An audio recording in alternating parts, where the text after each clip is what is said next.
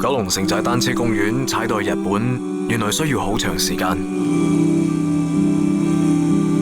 我哋幾個人一齊學踩單車，踩咗10年，終於俾我哋踩到嚟呢度。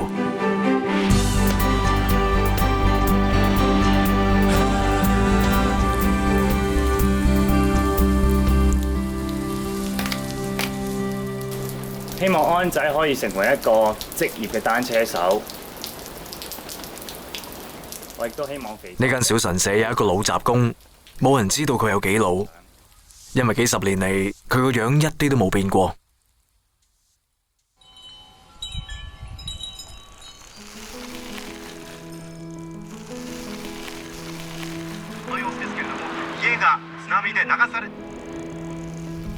仲記得讀書嘅時候讀過，電波又叫做電磁波，會產生磁場。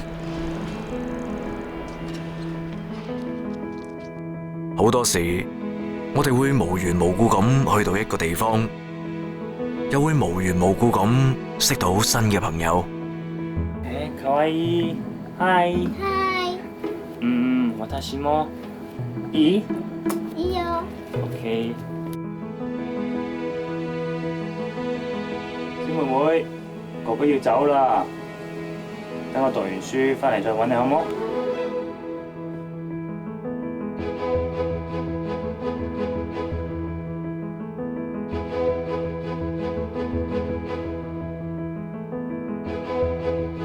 或者就係電波磁場嘅影響，無緣無故成為咗第二啲人嘅回憶。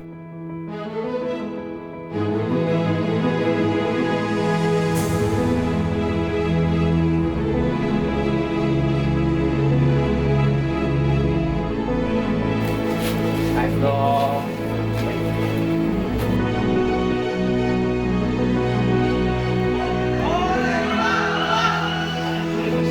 晒啊！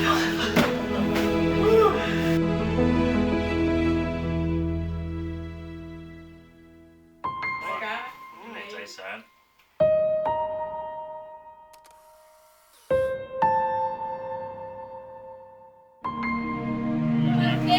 ちょっと待って、テレビで大きなニュースが入ってるから。